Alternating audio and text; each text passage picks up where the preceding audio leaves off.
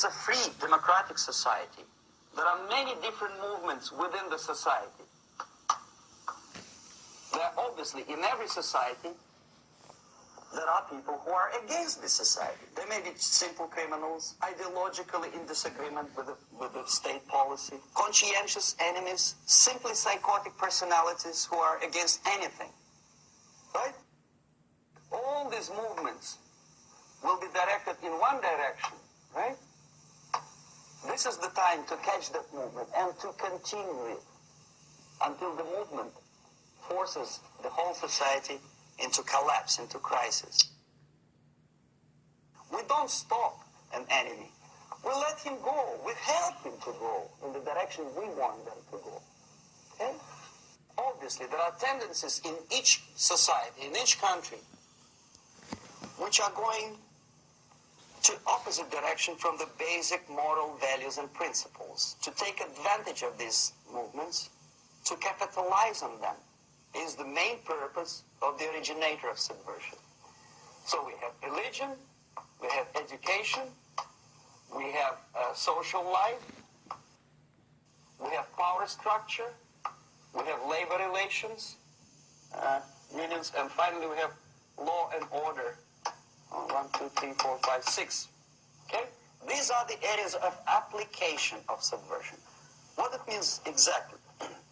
In case of religion, destroy it, ridicule it, replace it with various sects, cults, which bring people's attention, faith, whether it is naive, primitive, doesn't really matter.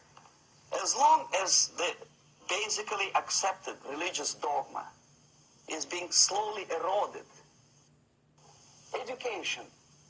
Distract them from learning something which is constructive, pragmatic. Teach them history of urban warfare, natural food, home economy, your sexuality, anything, as long as it takes you away. Okay? Social life. Replace traditionally established institutions and organizations with fake organizations. Take away the initiative from people. Take away the responsibility. Power structure. Okay. The natural bodies of administration, which are traditionally either elected by people at large or appointed by elected leaders of society, are being actively substituted by artificial bodies. The bodies of people, groups of people, whom nobody elected. Never. As a matter of fact, most of the people don't like them at all, and yet they exist. Do not have neither qualification nor the will of people to keep them in power, and yet they do have power. Okay. Together with that, there's another process.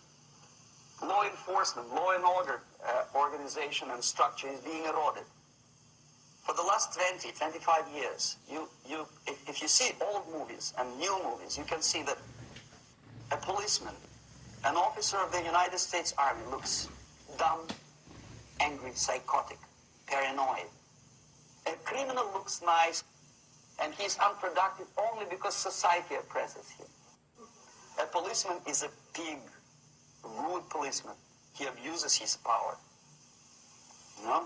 A generality, generalization like that. The hatred, the mistrust to the people who are supposed to protect you and enforce law and order. Moral relativity. Okay, labor relations. At this stage, within 15 to 20 years, we destroy the traditionally established links of bargaining between employer and employee. Millions of people suffer from that strike because economy now is interdependent. It's intertwined like one body. What is the motivation for strike? Improving a worker's condition? No, obviously it's not. Then what is it? Ideology. To prove to these capitalists and the obedient horde of workers like sheep follow these people, and they cannot disobey. Why? Because if they do, you know what happens to them. Pickets. Whenever trade union strikes, we have influx of propaganda, mass media, ideological dissemination. The workers' right. And we repeat it like parrots. Yes, workers' right. To reverse this process, do not elect them to the seats of power, whether it is municipality level, state level, or federal level. It has to be beaten in the heads of American voters that a person like that in the seats of power is an enemy. Do not be afraid of this word. It is an enemy. Strike with the power of your spirit and moral superiority. If you don't have that power, it's high time to develop it. And that's the only answer.